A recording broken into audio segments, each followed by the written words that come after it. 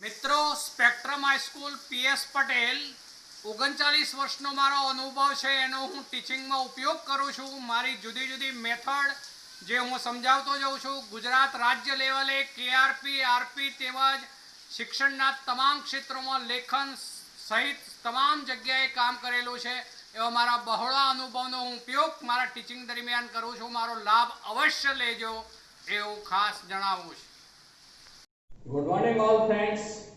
હવે આજે આપણે 13મો સમૂહ જે છે એની આપણે શરૂઆત કરીએ છીએ। ચલો સમૂહ 13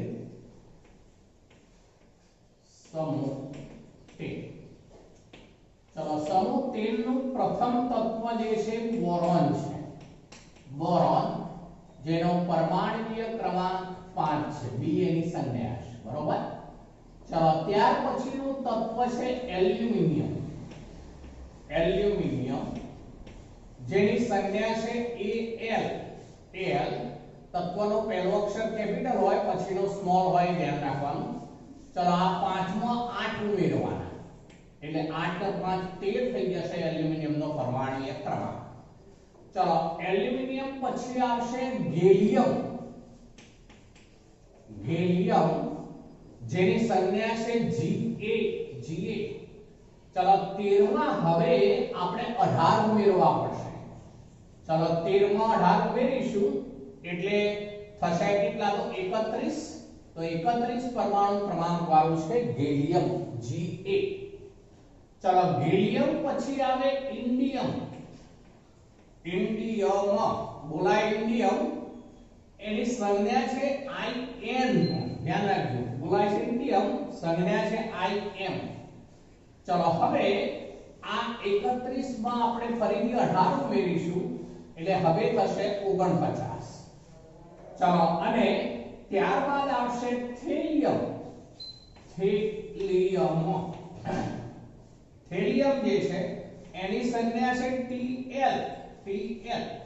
ચલો એમાં 49 માં હવે ઉમેરીશું આપણે 32 ઉમેરીશું એટલે 9 ને 2 11, 4 ને 3 7 ને 8 એટલે હવે થશે 81।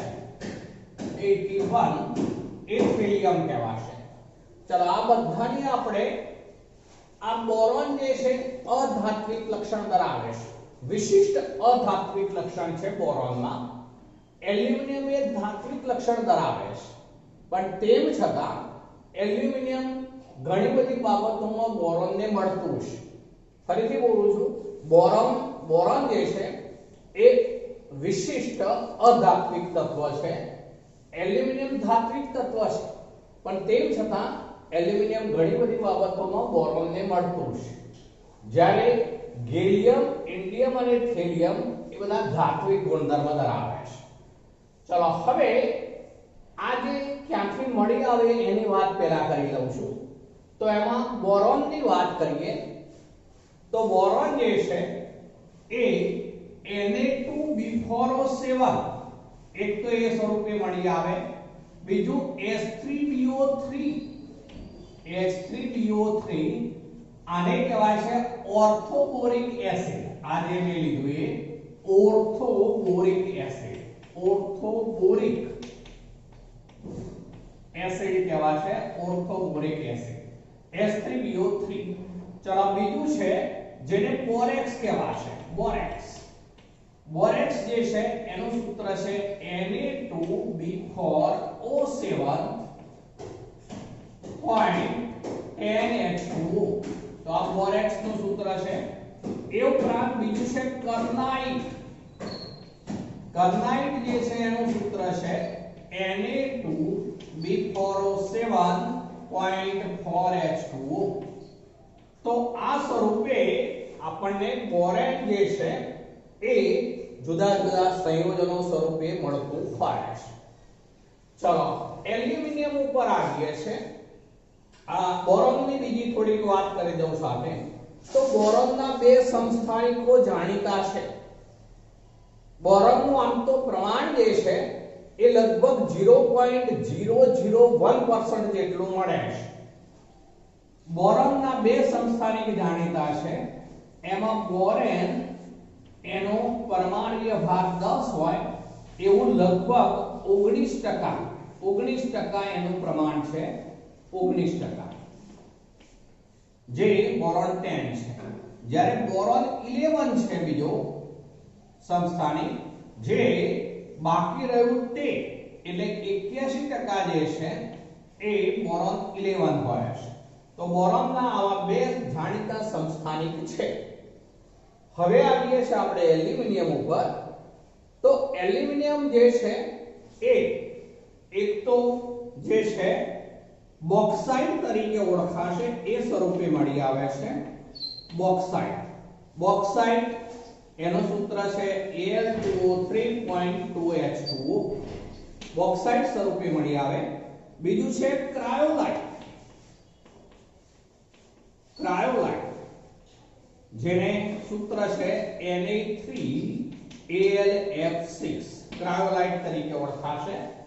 તો જે એલ્યુમિનિયમ છે આવા સ્વરૂપે મળી આવતું હોય છે. ચલો હવે આપણે દરેકની ઇલેક્ટ્રોન રચના ઉપર પહેલા આવીએ છીએ. જો બાકીના ગેલિયમ, ઇન્ડિયમ અને થેલિયમ એ બહુ ઓછા પ્રમાણમાં મળી આવે છે. પેલા બે વધુ પ્રમાણમાં મળે છે, આ બધા ઓછા પ્રમાણમાં મળે છે. આમ તો એવું કહી શકીએ એલ્યુમિનિયમ જે છે, જે પૃથ્વી પર પૃથ્વીના પોપડામાંથી મળી આવતા જે તત્વો હોય તે પૈકી ઓક્સિજન 45.5%, જે સૌથી વધુ પ્રમાણમાં મળે છે. ઓક્સિજન 45.5%. સિલિકોન છે Si, એ મળે છે 27.7% પૃથ્વીના પોપડાની અંદર. અને જે એલ્યુમિનિયમ છે એ લગભગ 8.31% જેટલું એલ્યુમિનિયમ જે છે પૃથ્વીના પોપડા ઉપરથી મળતું હોય છે. પણ આ ત્રણ મે તત્વો કયા? એમાં ઓક્સિજન અધાત્વિક તત્વ કહેવાય, સિલિકોન જે છે ઉપધાતુ કહેવાશે, જ્યારે અર્ધધાતુ પણ એને કહી શકાય. જ્યારે એલ્યુમિનિયમ છે ધાતુ છે. એટલે ધાતુઓ પૈકી વાત કરીએ તો પૃથ્વીના પોપડામાં સૌથી વધુ પ્રમાણમાં ધાતુઓમાં એલ્યુમિનિયમ મળે છે એમ કહી શકાશે. ચલો હવે આ દરેકની ઇલેક્ટ્રોન રચના ઉપર જઈએ. બોરોન, તો એમાં હિલિયમ જેવી રચના તો હોય જ, પહેલા બે ઇલેક્ટ્રોન, ત્યારબાદ શું કહેવાશે હિલિયમ પછી? તો 2s2, એટલે 2 2 4, 4 ને 1 5, બરોબર. p માં 1 ઇલેક્ટ્રોન હોય. ચાલો એલ્યુમિનિયમ ની વાત કરીએ તો 13 છે, એટલે 10 ઇલેક્ટ્રોન નિયોન ની જેમ. પછી 3s2 3p1.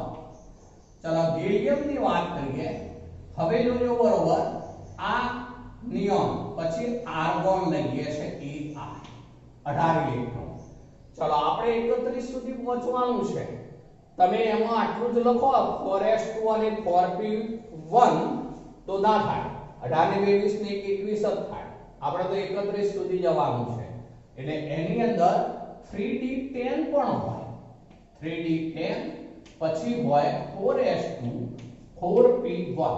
હવે ગણી લો, 18 ને 10 28 32 ને 31, બરોબર. ચલો ઇન્ડિયમ માં જઈએ તો આર્ગોન પછી ક્રિપ્ટોન આવે, Kr, આ ઊંડાવાયું. ચલો પછી આવશે 4d10 5s2 અને 5p1.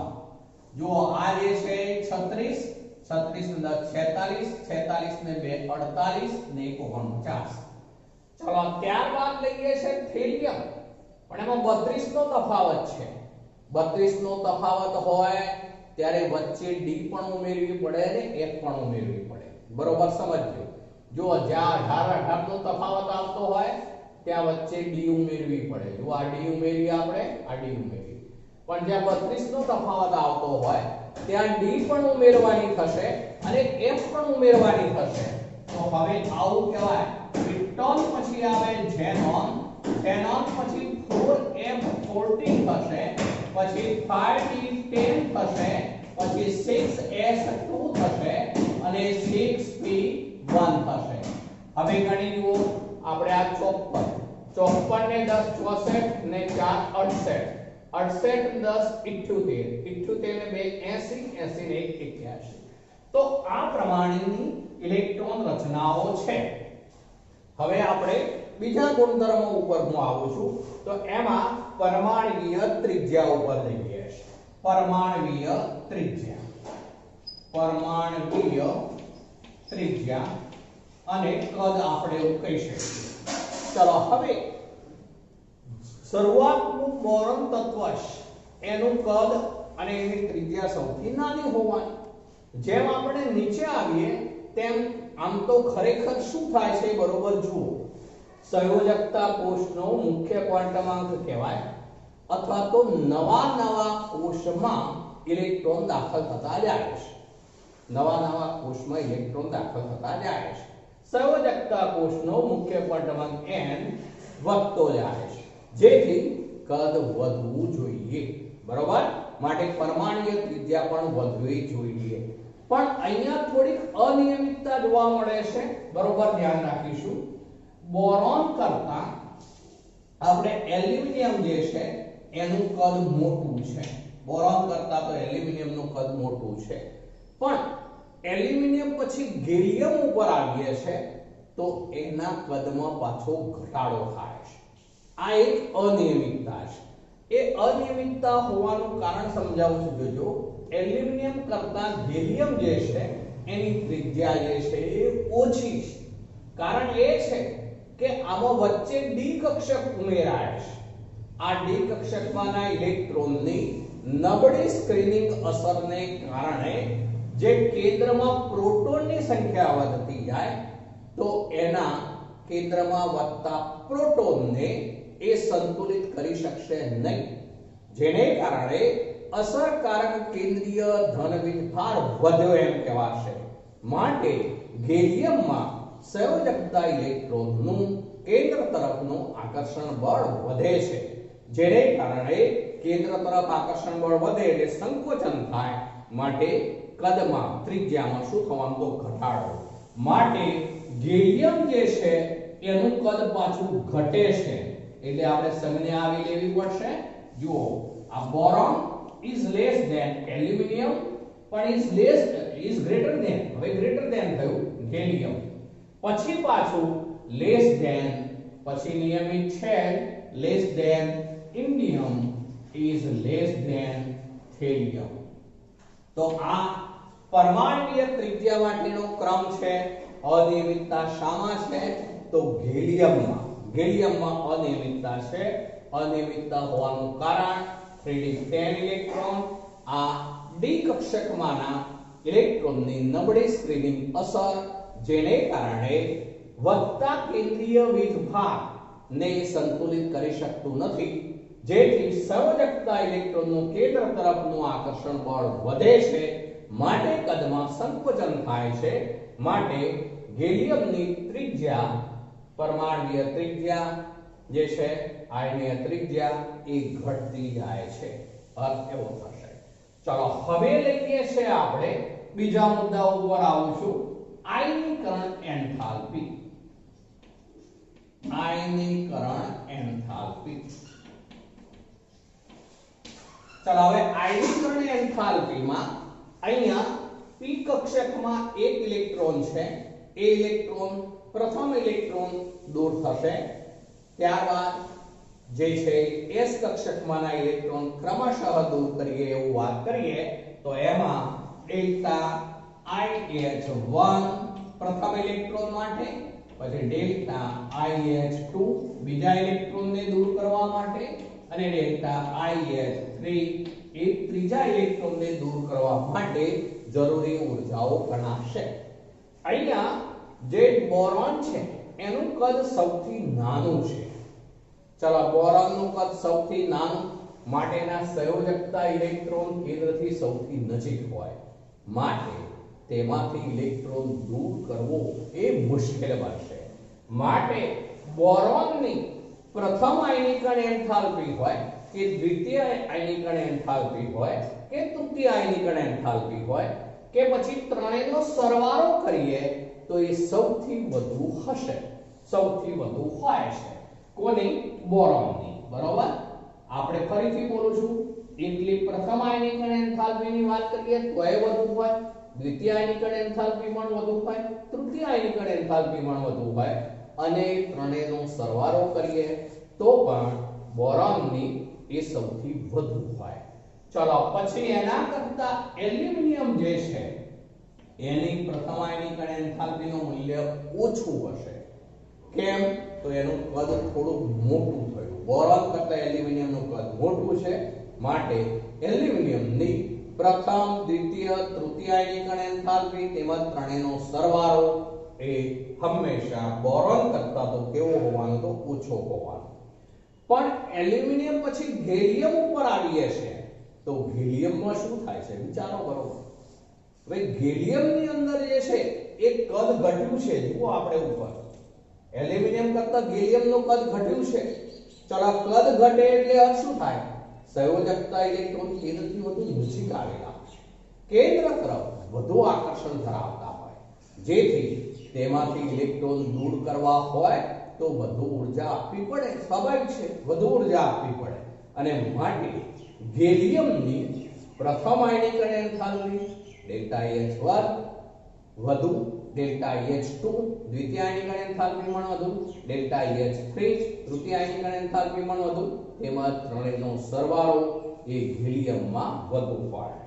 ચલો એલ્યુમિનિયમ કરતા ગેલિયમ જે છે એની જે છે પાછી શું થશે? આયનીકરણ એન્થાલ્પી વધુ છે, માટે ચિહ્ન બદલાઈને શું આવે? હવે લેસ ધેન. જો ચિહ્ન લેસ ધેન. ચલો પછી પાછું જે છે ઇન્ડિયમ અને થેલિયમ, તો તેમની આયનીકરણ એન્થાલ્પી જે છે એ ઘટતી જાય છે. જેમ કદ વધતું જશે તેમ આયનીકરણ એન્થાલ્પી જે છે એ ઘટતી જાય છે. તો આ ચિહ્નો આ રીતે આવશે. હવે જુઓ પરમાણ્વીય ત્રિજ્યા અને આયનીકરણ એન્થાલ્પી બંનેને બરોબર ધ્યાન રાખીશું. બે હંમેશા વ્યસ્ત હોય. પરમાણ્વીય ત્રિજ્યા જેટલી નાની તેમ આયનીકરણ એન્થાલ્પી વધુ, કારણ કે ઇલેક્ટ્રોનને દૂર કરવા માટે આપવી પડતી ઊર્જા એ આયનીકરણ એન્થાલ્પી કહેવાય. તો એટલી આયનીકરણ એન્થાલ્પી વધુ હોય. તો અહીંયા જુઓ આ જે છે એમાં લેસ ધેન ચિહ્ન છે, તો અહીંયા ગ્રેટર ધેન છે. ચલો આ જ્યારે ગ્રેટર ધેન ચિહ્ન છે ત્યારે આ લેસ ધેન છે. ચલો આ લેસ ધેન તો આ ગ્રેટર ધેન, આ લેસ ધેન તો આ ગ્રેટર ધેન. યાદ રાખવાનું, પરમાણ્વીય ત્રિજ્યા અને આયનીકરણ એન્થાલ્પી હંમેશા પરસ્પર વ્યસ્ત હોય. ચાલો બીજા એક મુદ્દા ઉપર આવીએ છે, વિદ્યુત ઋણતા. વિદ્યુત ઋણતા. ચલો વિદ્યુત ઋણતા એ અધાત્વિક લક્ષણ માટેનો એક તો ખાસ મુદ્દો છે. જે બોરોન છે એનું કદ સૌથી નાનું છે. જેનું કદ નાનું હોય તેમાં આવનાર ઇલેક્ટ્રોનનું કેન્દ્રથી અંતર ઓછું હોવાને કારણે કેન્દ્ર તરફનું આકર્ષણ બળ વધુ હોય, જેથી વધારે ઊર્જા મુક્ત થાય, માટે વિદ્યુત ઋણતાનું મૂલ્ય એમાં વધુ હોય. તો બોરોનની વિદ્યુત ઋણતા એ સૌથી વધુ છે, લગભગ 2 એકમ જેટલી છે બોરોનની વિદ્યુત ઋણતા.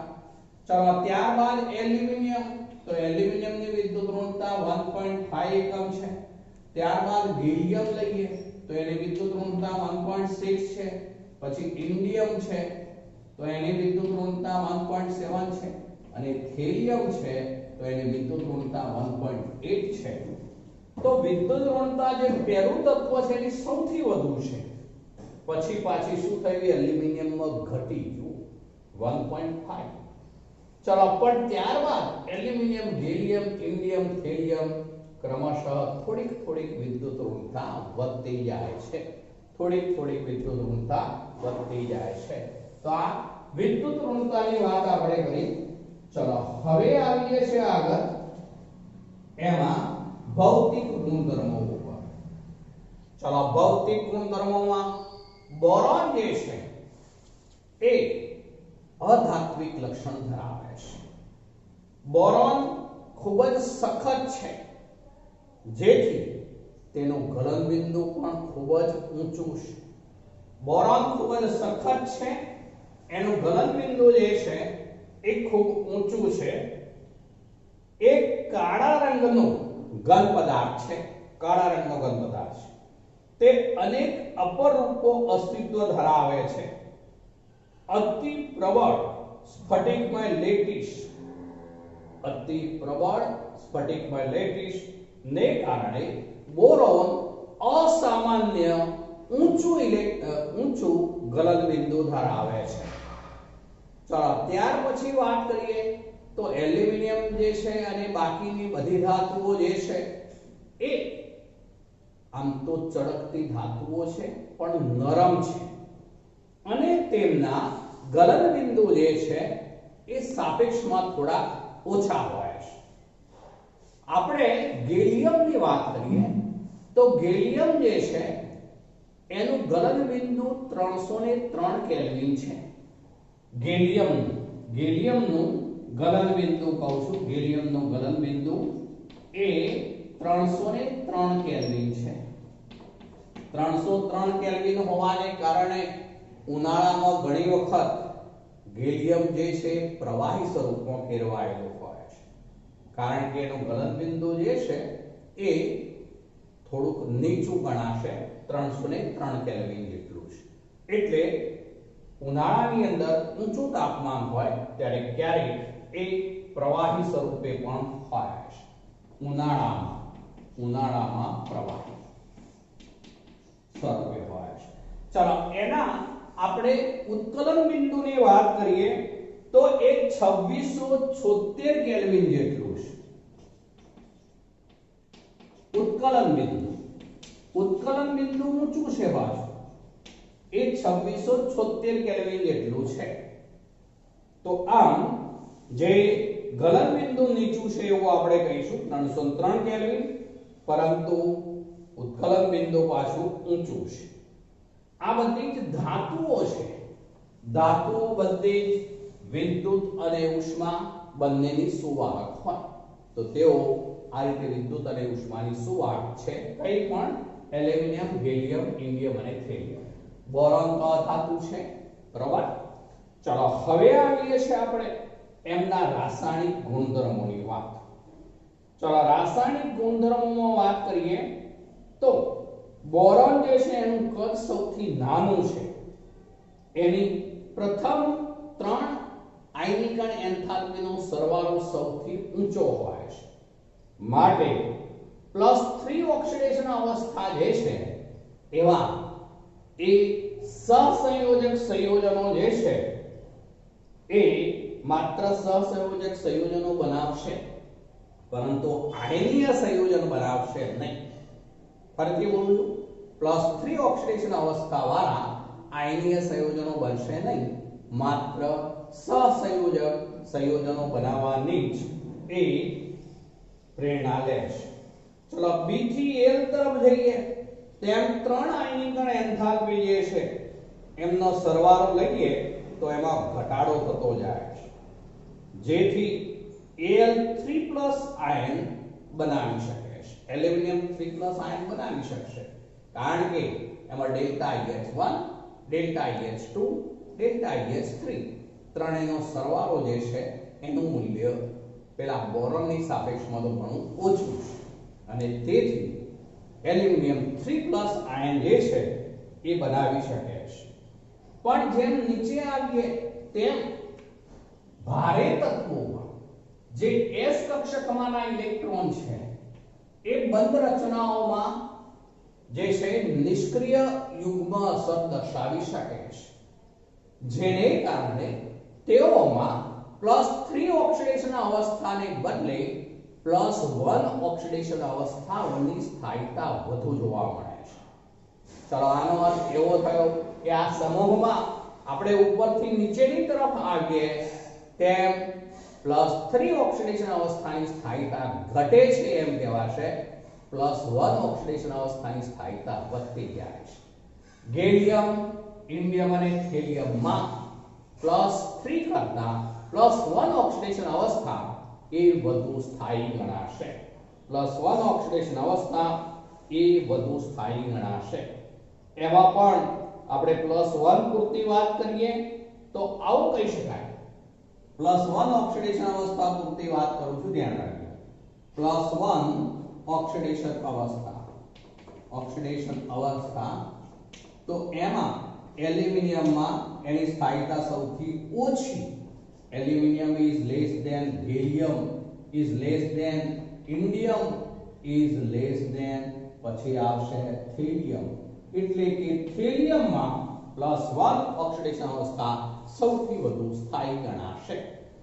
ચલો તો આપણે ઓક્સિડેશન અવસ્થાની વાત કરીએ. ચલો આ બધા જે છે એમની સંયોજકતા કોષની વાત કરીએ તો એમાં 4 કક્ષકો ઉપલબ્ધ ગણાય. આ જે આપણે P લખી છે એ વાસ્તવમાં PX છે એવું કહેવાશે. PY અને PZ પણ ખાલી છે. અર્થ એવો થયો દરેકમાં PY PZ ખાલી છે. સંયોજકતા કોષમાં S ની 1 P ની 3 PX PY અને PZ એમ 4 કક્ષકો ઉપલબ્ધ બની શકે. હવે બોરોનના આપણે સંયોજનોની વાત કરીએ તો એ ત્રિસંયોજક જ્યારે હોય ત્યારે 3 દુના 6 ઇલેક્ટ્રોન થવાના. બોરોનની આસપાસ 3 બંધ એટલે 3 દુના 6 ઇલેક્ટ્રોન. માટે અષ્ટક પૂરું નથી, માટે એને ઇલેક્ટ્રોન ઉણપ ધરાવતા સંયોજનો તરીકે ઓળખીશું.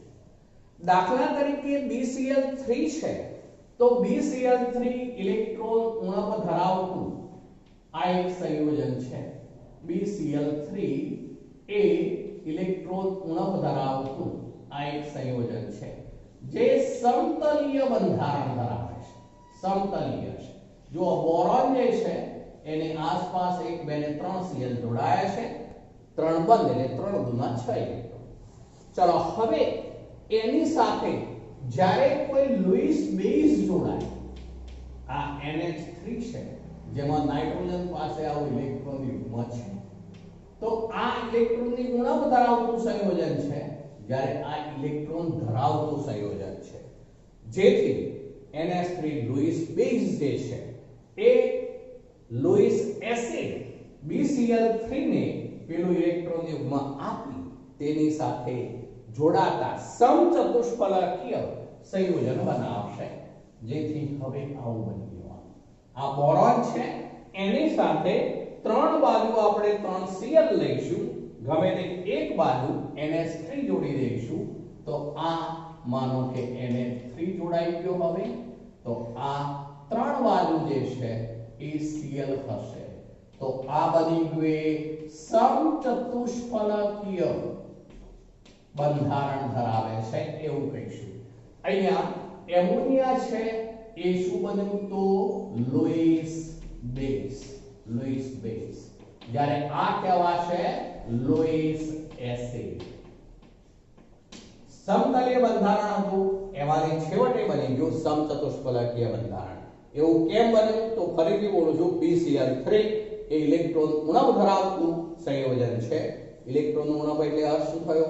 3 દુના 6 ઇલેક્ટ્રોન, 3 બંધના 3 દુના 6 ઇલેક્ટ્રોન.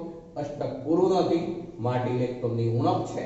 માટે આનું ઇલેક્ટ્રોન યુગ્મ એ સ્વીકારી શકે છે અને ચોથો બંધ બનાવશે ત્યારે સમચતુષ્ફલકીય બંધારણમાં ફેરવાઈ જશે. ચલો એલ્યુમિનિયમનો જે ટ્રાઇક્લોરાઇડ છે એ દ્વિપરમાણુય અણુ તરીકે દ્વિઆણ્વિક કહીશું, દ્વિઆણ્વિક અણુ તરીકે ડાયમર તરીકે અસ્તિત્વ ધરાવે છે.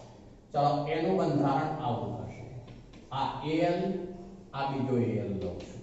ચલો આ Al, આ Cl છે, આ બાજુ આ Cl છે ઓર કરીએ છે, Al સાથે જોડાયેલું છે.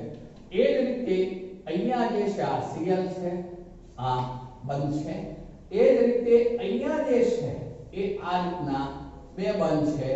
આ Cl, અહીંયા પણ એ જ રીતે આ Cl.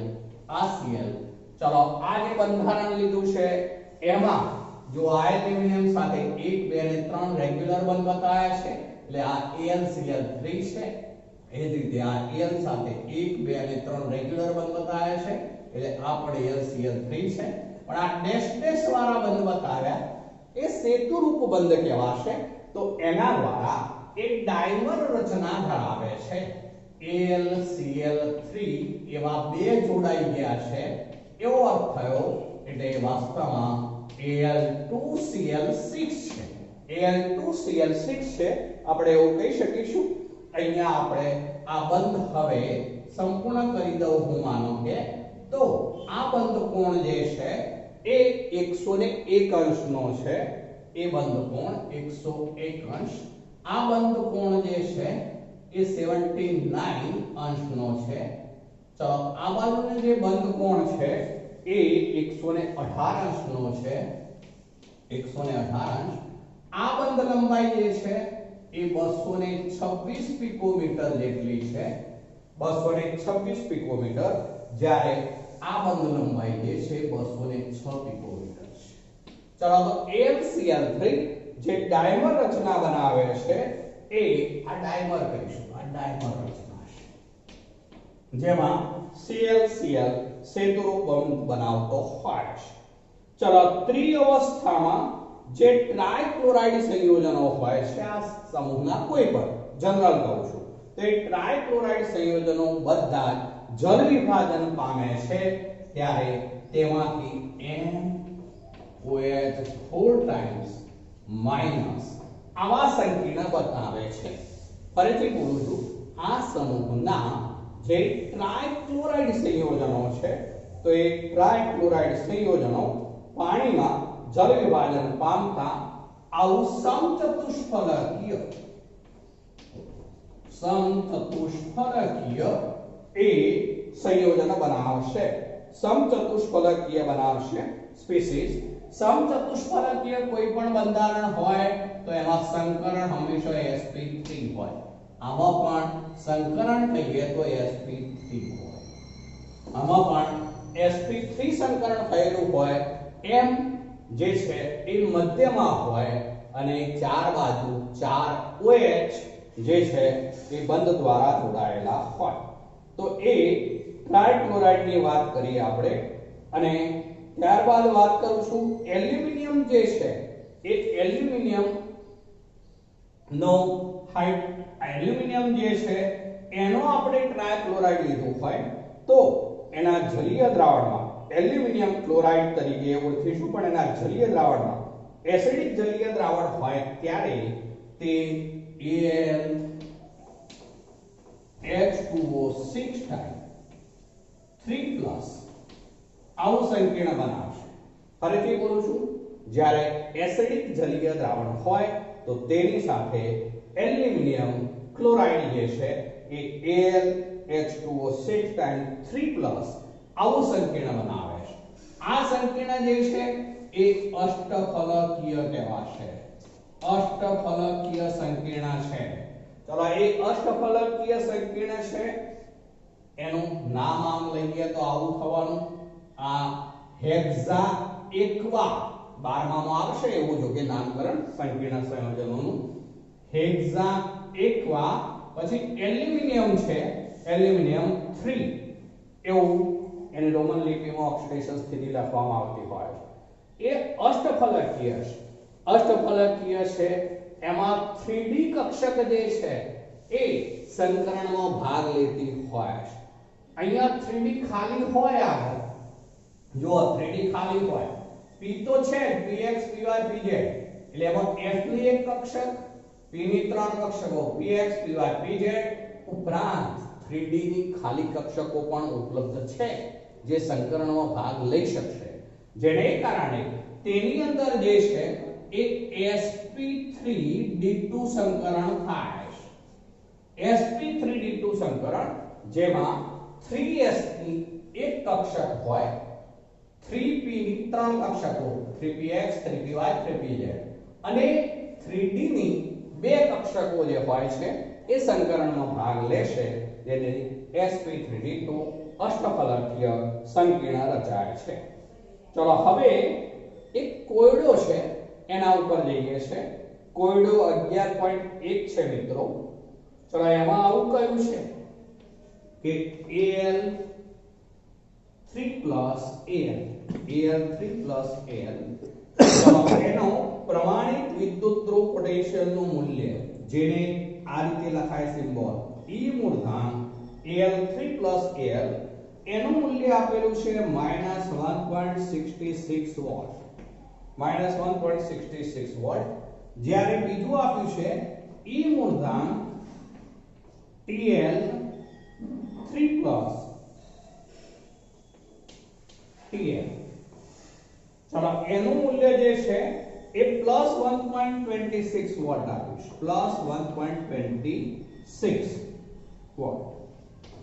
પછી એવું કહે છે દ્રાવણમાં M3+ આયન બનવા વિશેનું અનુમાન કરો અને બંને ધાતુઓની વિદ્યુત ધન લાક્ષણિકતાની સરખામણી કરો. તો જો આ વેલ્યુ એવું દર્શાવે છે કે આ વેલ્યુ માઈનસ છે, આ વેલ્યુ માઈનસ છે એટલે એનો અર્થ એવો થયો કે તેમાં Al3+ આયન સરળતાથી બની શકશે, Al3+ આયન સરળતાથી બની શકશે. આ એવું દર્શાવે છે જેથી તે વધુ વિદ્યુત ધન કહેવાશે, પ્રબળ વિદ્યુત ધન કહેવાશે. જ્યારે થેલિયમની વાત કરીએ તો એમાં આ વેલ્યુ પ્લસ છે, જો વેલ્યુ ધન છે માટે અર્થ એવો થયો કે તેમાં +3 બનવાની શક્યતા ઓછી છે.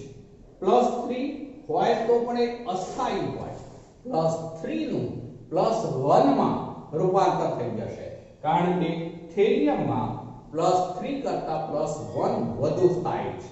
એટલે +3 વાળાનું +1 માં શું થયું કહેવાય તો રિડક્શન, માટે એ શું ગણાશે તો ઓક્સિડેશન કરતા. તો આ ઓક્સિડેશન કરતા તરીકે વર્તશે એવો અર્થ થશે. તો બંને અર્ધકોષમાં પ્રમાણિત વિદ્યુત ધ્રુવ પોટેન્શિયલના મૂલ્યો જે છે સરખાવીએ તો એલ્યુમિનિયમ Al3+ આયન બનાવવાનું વલણ વધુ પ્રબળ ધરાવે છે, જ્યારે Tl3+ દ્રાવણમાં માત્ર અસ્થાયી છે, એ અસ્થાયી છે. તેટલું જ નહીં, તે પ્રબળ ઓક્સિડેશન કરતા પણ છે. કેમ પ્રબળ ઓક્સિડેશન કરતા કહેવાશે તો એમાં +3 જે છે થેલિયમમાં +3 ની સ્થાયીતા ઓછી છે, +1 ની સ્થાયીતા વધુ છે, જેથી +3 વાળું જે સંયોજન હોય તેનું +1 માં શું થયું તો રિડક્શન, માટે શું ગણાય ઓક્સિડેશન કરતા. તો એ રીતે તે થેલિયમ 3+ કરતા Tl+ વધુ સ્થાયી છે, જેથી +3 આયન બનવાને કારણે એલ્યુમિનિયમ થેલિયમ કરતા વધુ પ્રબળ વિદ્યુત ધન છે. તો મિત્રો આજે આપણે આટલે સુધી રાખીએ.